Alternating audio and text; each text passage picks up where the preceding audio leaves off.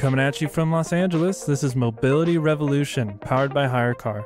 We're going to take you on a journey through the unique business models and income opportunities that mobility as a service has to offer. From selling cars to sharing scooters, you'll learn how you fit in to the mobility revolution.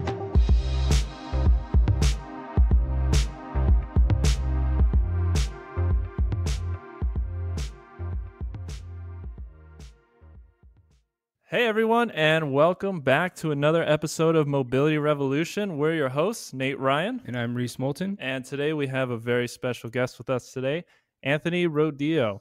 Anthony serves as the president and CEO of YourMechanic.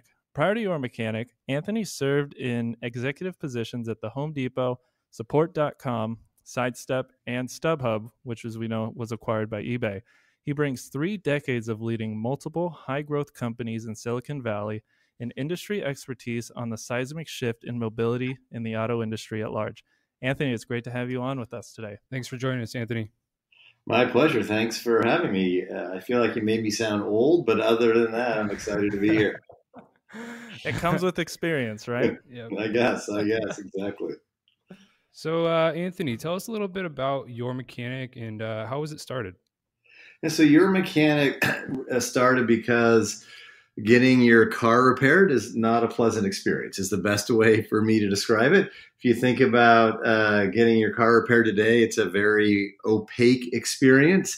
You take it to a shop, they call you later that day with an estimate, and then they keep it for a few days, sometimes calling you back partway through and raising up the estimate as they find other problems with your car. Then you get it back, who knows, 2 to 4 days later. And, that's a pretty painful experience for a consumer, frequently because the actual work on the car doesn't happen till the 3rd day. So it's just sitting there in a queue behind the other cars that were dropped off before. So YourMechanic was started to address sort of, I'll call it 2 big pain points for consumers. The first was transparency in the market. So if you go on our website, we will instant quote the job for you. We'll tell you it's going to cost $140 to change the brake pads on your whatever 2013 Honda Accord. And then we'll tell you when we can do it. And so we'll provide a specific appointment time. We'll come to your house Tuesday at 10 a.m. and do that. Both those things are pretty hard to do, actually, to tell you when we're going to show up with the right mechanic and the right parts, and to tell you how much it's going to cost instantly up front. And then the more obvious thing that we change pain point wise for consumers is we show up in your driveway or your office to repair your car instead of you having to get it somewhere and figuring out how you're going to get it back. So that really was the genesis, if you will, for why YourMechanic started. Nice. Gotcha. And so how did you become involved with the company? Yeah, great question. I became involved with the company, I'm going to say about 3 years ago, not quite at this point. And generally, you bring in a CEO when the company needs help with something is the best way I would describe it. And initially, I was brought in to help figure out how to make the unit economics or the profitability of the consumer business better. And that's sort of what I've done marketplace-wise across my career, whether it was at Red Beacon or Amazon or StubHub. But it became clear to me after being here a short period of time that the consumer business is really fun and challenging and hard, but ownership models were being transformed in the auto industry, and that we needed to play in the mobility space, mobile services, we'll call it. And so we moved into, I don't know whether you want to call them fleets or fleet mobility, but we expanded our offerings from consumer to be consumer and B2B or fleet as well. I think that's been the sort of biggest change I brought during my tenure here at YourMechanic. So before we have a lot of questions on the fleet side, so we're very excited to talk to you about that. But I want to kind of take a step back. You guys have about over 1.3 million cars on the platform. How has ride sharing and this shift to mobility played a role in YourMechanic's business model? I think so. At first, I'll start with, in the U.S., the average car is 11 and a half years old, and the average car in our platform on consumer is 11 and a half years old as well. And so serving, vehicles that are off warranty has been very challenging, but very rewarding for us. And we're collecting a data set that a lot of people are interested in, because the OEs lose visibility into vehicles when they go off warranty and they stop being brought back to the dealer. So you don't really know the right time to remarket. You want to remarket to the next car in the family when they're still having a good experience, but they're actually also ready for a car. If you wait too long and the cost of maintaining that car get too high, then the halo of that car starts to wear off, and they might trade out of the franchise, we'll call it. On the move or change, I'll call it, in transportation, especially the younger generation is less interested in the capital outlay to own a car, and they want to get from point A to point B, and I'll call it a more efficient model, with the ride share, car sharing being the first instance of that. So for us, as we want to take care of consumers' needs, as people started moving to not owning a car and getting from point A to point B in different ways, we knew that we needed so we started to serve that audience. So we started off doing inspection work for Uber and Lyft, TNC inspections. And then that's morphed into, over time, our fleet business, which we'll get to later.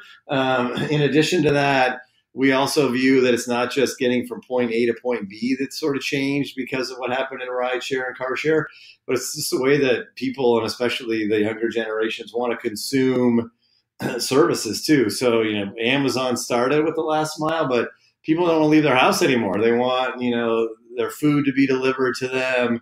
They want their blowouts to be done at their home, and their dog grooming to be done at home. Like, if you can do anything at home, so we want to keep those vehicles moving too. Yeah, I can honestly say I am guilty of being one of those people who doesn't want to leave their home. I get my groceries delivered.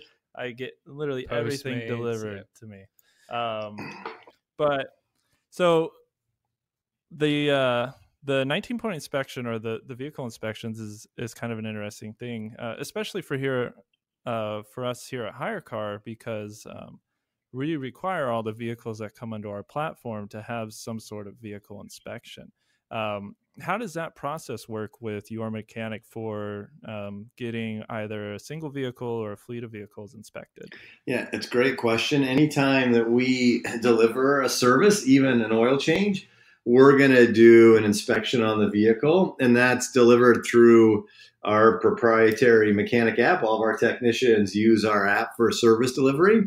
And on a consumer vehicle, it's usually more like a 50-point inspection. But some of our fleet customers, it can be 19 points or even less. And we will customize the inspection to the customer's requirements with a fleet customer. And the great thing about the inspection, beyond all the data we collect, is it's uploaded to the customer's dashboard, whether that's a fleet customer or a consumer.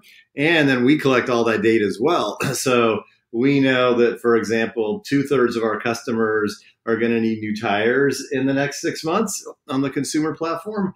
That data obviously would be pretty interesting to all the people out there selling tires. Gotcha. I mean, to, I guess, piggyback a little bit off of what we've been talking about in terms of rideshare drivers and the ride sharing industry and the rise and how it's affected your business. It seems like YourMechanic has really become a major player in the gig economy. And by giving individual mechanics a chance to essentially become their own boss and run their own business, it's super interesting. So what's the sign-up process like for a technician that works with YourMechanic? And that's definitely the way that we see it, the way you just described it, that we're helping the technicians build their own business. We actually have it's a fairly rigorous process. We have an 8-step process to get on the platform. The thing that we find, I don't know if it's the most interesting, but one of the things that's most telling is we do a tool inventory. In the US, all the auto technicians actually own their own tools, sort of like, a hairdresser owns their own scissors. But the difference is the outlay averages about $20,000 for the tools. And if they're working on, German or European cars, it can be north of $30,000. But we learn a lot from a tool inventory. The tools they have tell us what jobs they're skilled for and can do. We also do background checks and have master technicians on staff with 25 plus years of experience that kind of do a skills assessment. What we find most challenging, though, is not finding auto technicians that can, effectively turn the wrench. Our technicians average 10 plus years of experience in multiple ASC certifications. It's more finding technicians with the soft skills to show up in, a soccer mom's driveway and deliver a great experience for them. Because in a lot of dealerships or shops, the technician's in the back and never interfaces with the customer, the shop owner, or the service advisor does. So finding technicians that can represent the brand the right way and that do want to build their business and can, what I call, thrive in the wild, because you're truly in the wild when you're in someone's driveway, as opposed to in a shop where there's a bunch of, support and backup tools and backup parts. Is you need someone that's creative and can troubleshoot. So that's really the bigger challenge for us, is finding technicians that, can represent the brand the right way. Mm-hmm. Gotcha. So to continue on this, you had a recent interview with Automotive News, and there you mentioned that the company is becoming a technician-focused company. Can you expand a little bit on that, and what was the focus prior to that? I think that the company was founded out of Y Combinator, which is generally a sort of product market fit. YC requires one founder be business and one be technical. So the founders were very much focused on sort of what I call the building the product, and that matters, right? We view ourselves as a tech-enabled service business. But no matter how good the tech is, if the service isn't good, people aren't going to remember it. And so I would say before we were a tech-focused company, and I think now we're a technician-focused company. We still very much care about and pride ourselves on our technology. But at the end of the day, the customer's review score is based on their experience with the technician repairing their car, whether that's a fleet customer or a consumer in their driveway. So the only way that we want to be customer focused, but in all of our research, what we found is being customer focused means actually being technician focused. Because if the technicians are bought into the platform and delivering the experience the way that we want, then we have very high NPS from our end customers. Gotcha. Makes sense. That's awesome. So I guess to kind of jump into what we were initially talking about with working with fleets, HyreCar is also working with a lot of, larger fleet owners and car dealers to supply rideshare drivers with qualified cars, so they can use those cars driving for Uber and Lyft. How is YourMechanic working with fleet owners? Yeah, and we definitely view shared mobility as one of our, target areas for fleet. We really have focused it in a couple areas initially. One being those drivers you just mentioned about that you guys serve. That's definitely a target area for us, and we have some, our biggest fleet customers are in that channel. But as we were talking about before, in your desire to get everything delivered to your home, we want to service those vehicles too, because they produce revenue for the company, whether they're getting people from point A to point B or delivering services. The traditional model has been, you hike that car to a shop and you get it back a day or two later, and that's 1 or 2 missed service days. And revenue producing vehicles can be worth more than $1,000 a day in revenue. And that doesn't even count the impact of the labor not being out producing revenue.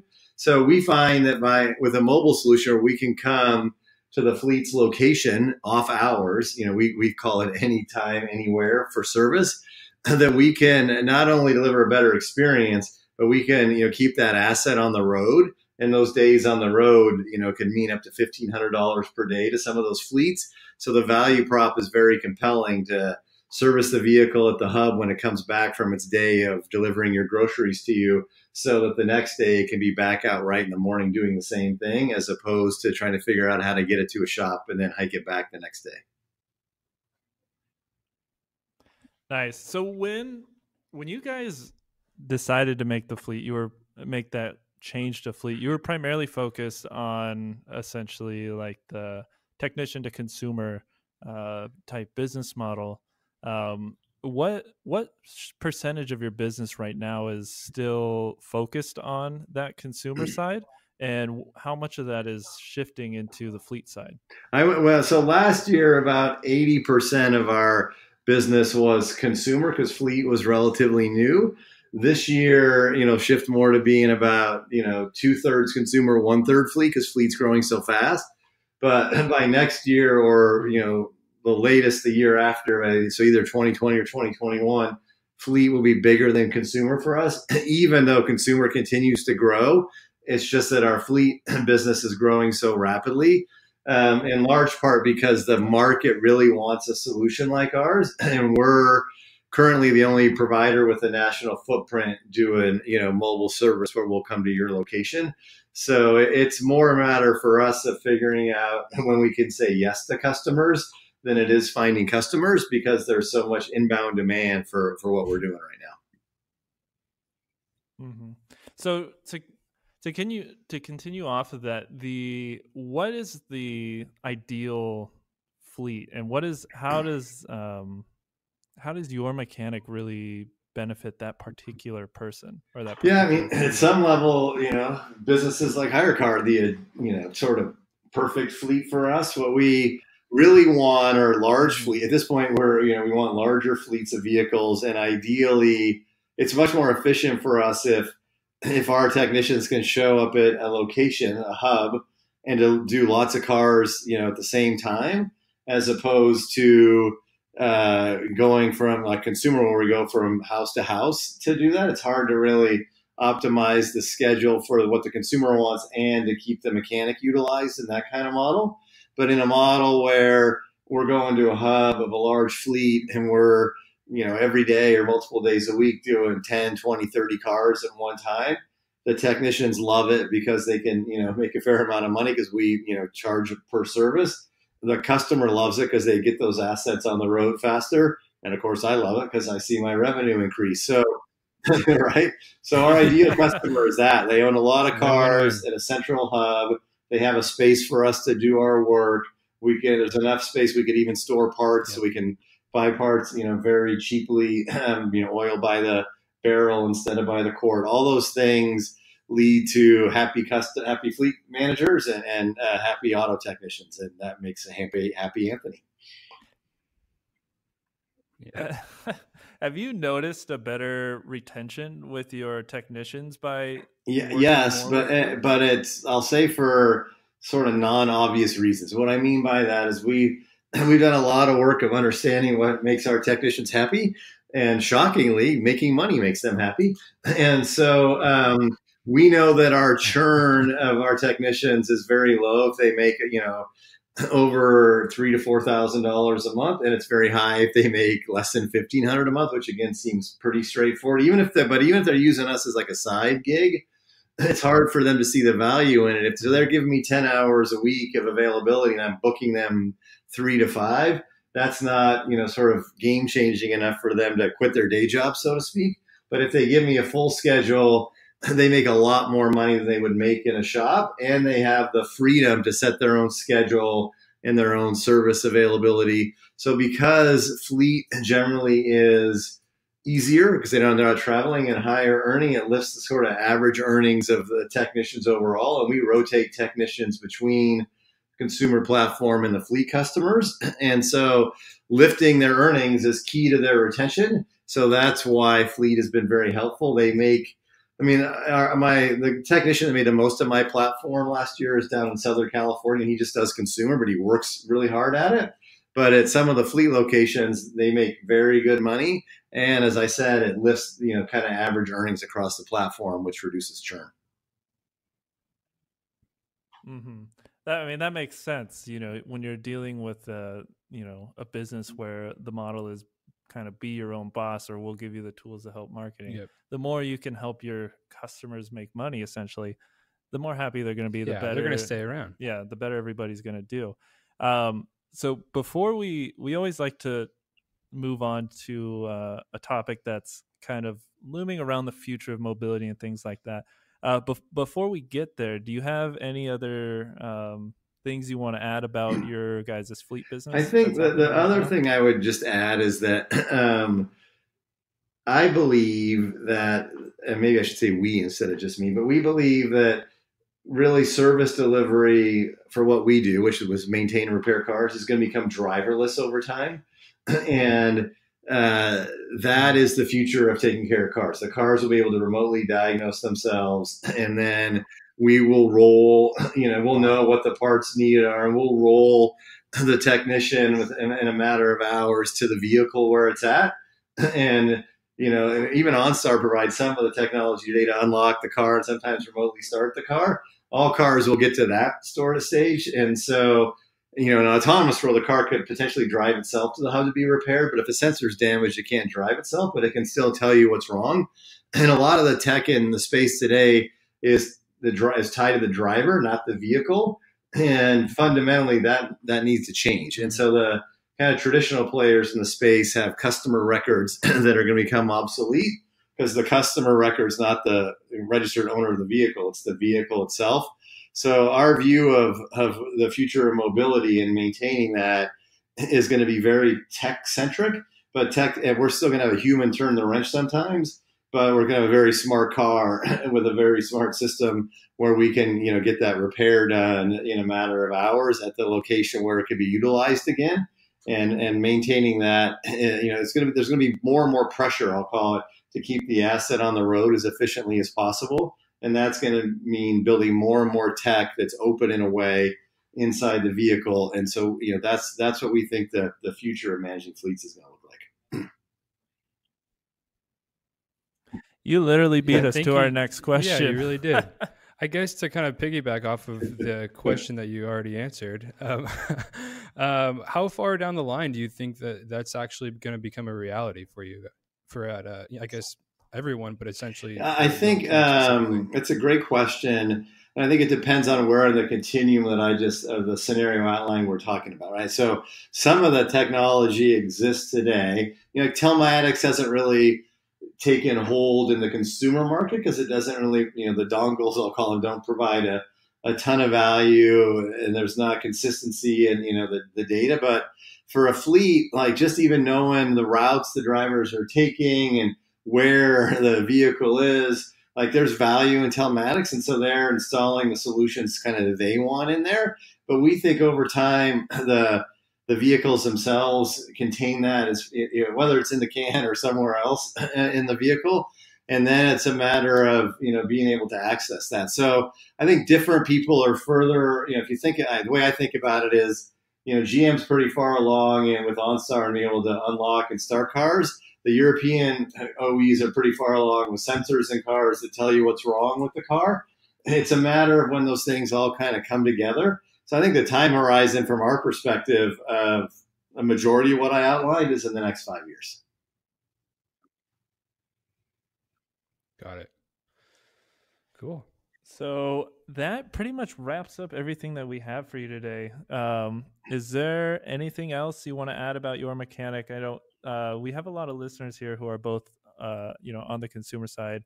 Definitely a lot of rideshare drivers, but also fleet owners and people who maybe own like 1, 2, 3 cars. I guess what I would close with or add is that, our view. So we've talked about anytime, anywhere. But we also have a third, thing we talk about, which is any car. So we're always looking for different ways that we can help the car ownership experience be better. Another example of that is we have I'm going to call it a product that we call prepaid maintenance. That so you think about when you buy a used car, everyone's trying to sell you a VSC or some sort of extended warranty, and that's great if something goes wrong with the car. But we think there's a kind of gap in the market where you could get your maintenance prepaid as well, which if you buy a new car, you get bumper to bumper. You can bring it in for oil changes. So we have a product that can be configured to whether, again, you're buying used cars. Here's a way to have the oil changes and brake pads taken care of once a year, whether that's you're sending Johnny off to college or, you're a company that's buying used cars and leasing them to Uber drivers. Making sure that's being taken care of in some way, shape, or form, we think is interesting. So our view is we're always trying to find different ways, as I said, to make car ownership a better experience. And from our perspective, that means keeping the asset on the road. And the most important thing in the history of vehicle ownership is doing the preventative care. Like I remember those old Fram commercials, you can pay me now or pay me later. And you paid later when you didn't take care of your oil changes and changing your oil filter. And that's kind of preventative care is the key to keeping the car on the road long term. And so I think that is what YourMechanic is all about, is not just anytime, anywhere, but also any vehicle. And any way that we can help car owners make that experience better is what we're all about. So tell all your listeners, you have any ideas feel free to contact us and tell us, because that's our goal. Mm-hmm. Gotcha. Awesome. Anthony, thank you so much for joining us today. And that wraps up the latest episode of Mobility Revolution. Cool. Thanks, Anthony. Thanks, guys. I really appreciate the time.